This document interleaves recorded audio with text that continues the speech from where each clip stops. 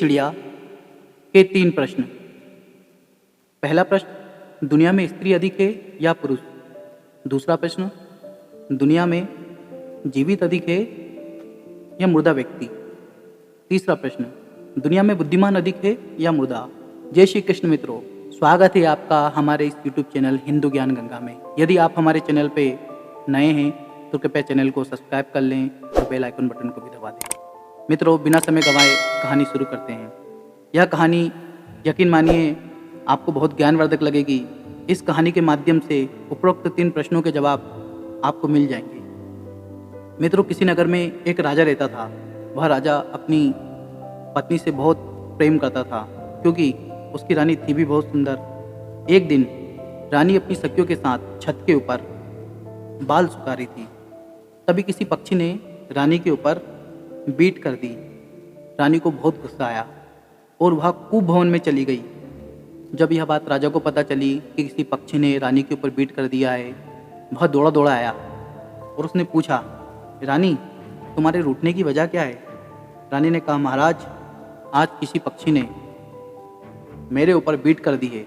मुझे बहुत बुरा लगा और जब तक आप इस पक्षी को मृत्युदंड नहीं दे देते तब तक मैं अन्न जल ग्रहण नहीं करूँगी। मित्रों, रानी का ऐसा हट देखकर राजा उसे समझाने लगा। उन्होंने रानी से कहा, हे रानी, क्यों ऐसी जिद करती हो जो मैं पूरी नहीं कर सकता? हमारे राज्य में क्या एक ही पक्षी है? मैं कितने पक्षियों को मारूंगा? कृपया तुम तुम्हारा हट छोड़ दो, मैं तुम्हारे सिर को साफ कर देता हूँ। रानी ने कहा, नहीं, आपको सारे पक्षियों को दंड देना पड़ेगा। राजा अपनी रानी को मनाने के लिए क्या नहीं करता। उसने अगले दिन शिकारियों से कहा कि जाओ और मेरे राज्य में जितने भी पक्षी हैं सभी पक्षियों को पकड़ के लेके आओ। मैं उन्हें मृत्युदंड दूंगा। जो भी व्यक्ति ऐसा करेगा मैं इसको खूब इनाम दूंगा।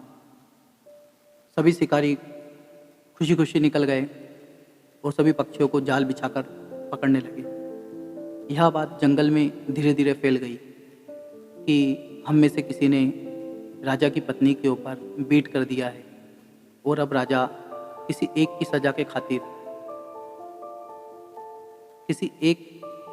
के खातिर हम सबको दंड देना चाहता है।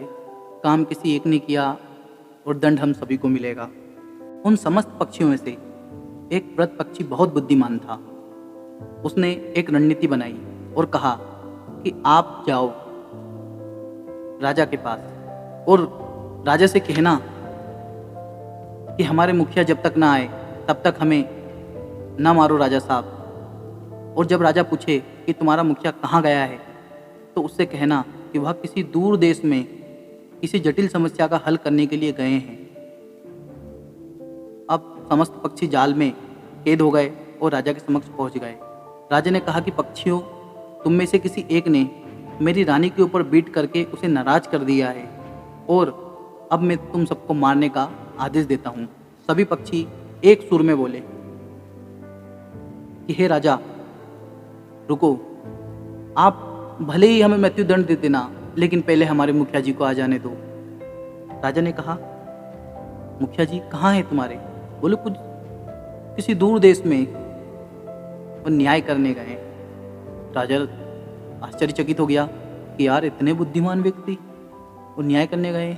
चलो भैया, इंतजार कर लेते हैं। शाम तक वो मुख्य पक्षी वापस आया। राजा ने उसे एक ऊंचे स्थान पर बिठाया कि यार बुद्धिमान व्यक्ति है, और उससे पूछा, कहाँ चले गए? उसने कहा कि राजा साहब दूर देश में न्याय करने गया था। बोले, वाह यार, इससे अच्छा क्या हो सकता है? सोचो, हमारे यहाँ के पक्षियों को दूर देश में न्याय करने जाना पड़ रहा है। ये तो हमारे लिए बहुत महानता की बात है। राजा के मन में प्रश्न उठा कि कैसा न्याय? पक्षी ने कहा कि महाराज, दूर देश में एक राजा ने पूछा था कि संसार में स्त्री अधिक है या पुरुष। जब किसी ने इस प्रश्न का उत्तर नहीं दिया तो फिर हमें बुलाया गया। हमने इस प्रश्न का उत्तर दिया। राजा ने कहा, आपने क्या जवाब दिया इस प्रश्न का? मेरे ख्याल से तो पुरुष अधिक है। मुखिया पक्षी ने कहा, नहीं महाराज, स्त्री अधिक है। राजा ने फिर पूछा, आपने किस आधार पर जवाब दिया कि संसार में स्त्री अधिक है? पक्षी ने कहा कि महाराज, संसार में जो पुरुष अपनी स्त्री के कहने पर इन निर्दोषों की हत्या कर देता है ना, वह निंदनीय पुरुष भी स्त्री के समान ही है।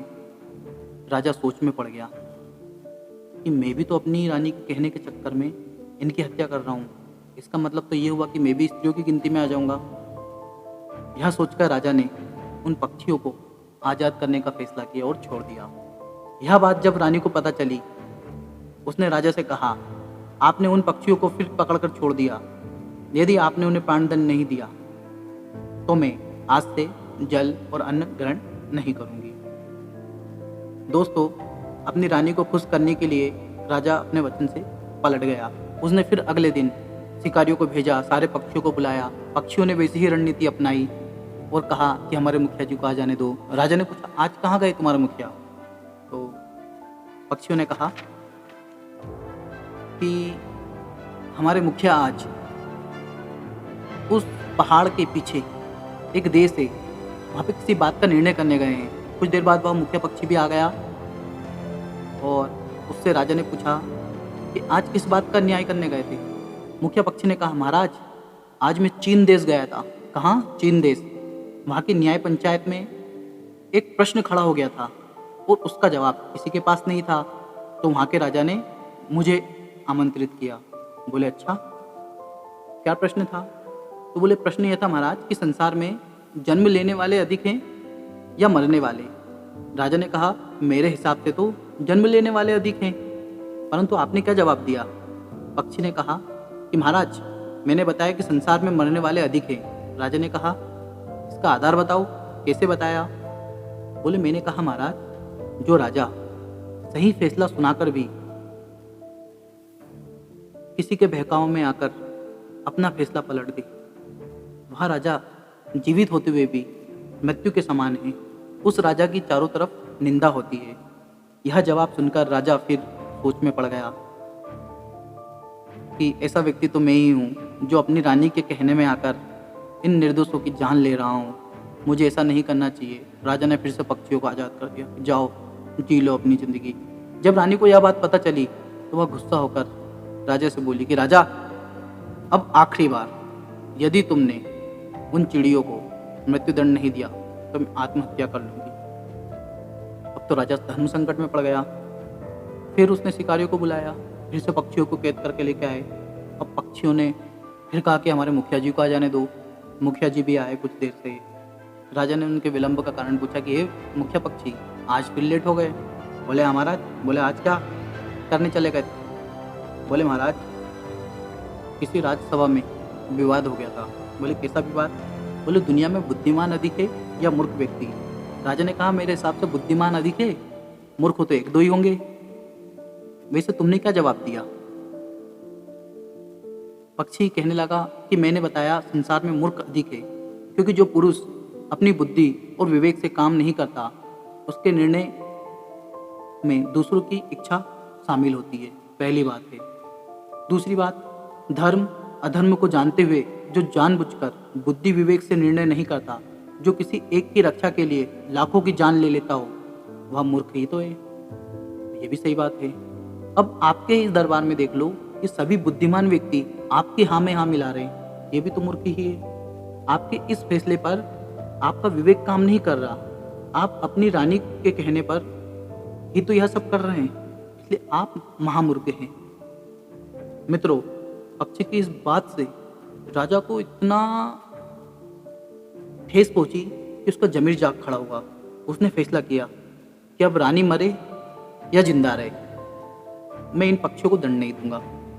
मित्रों, इस कहानी से हमें यही सीख मिलती है कि प्रतिष्ठित पद पर आसीन होने के बाद निर्णय किसी के दबाव में नहीं करना चाहिए, क्योंकि ऐसा मनुष्य या राजा वृक्ष योनि को प्राप्त होता है जिसमें ये दोष होते हैं: कपटी, लोभी, दम्भी, वाणी और कर्म से कला करने वाला, राजाओं में अधम।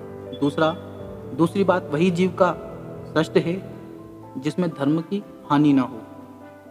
वही राज श्रेष्ठ है जिसमें भेदभाव न हो। वही देश श्रेष्ठ है जहाँ कुटुंब की भावना हो। दोस्तों, आशा करता हूँ यह कहानी आपको बहुत पसंद आई होगी। यदि यह कहानी आपको पसंद आई तो कृपया कर हमारे चैनल को सब्सक्राइब करें, बेल आइकन बटन को दबाना कतई ना भूलें, लाइक भी कर दें, कमेंट भी कर दें। जय श्री महाकाल, राधे राधे, जय हिंद, जय भारत।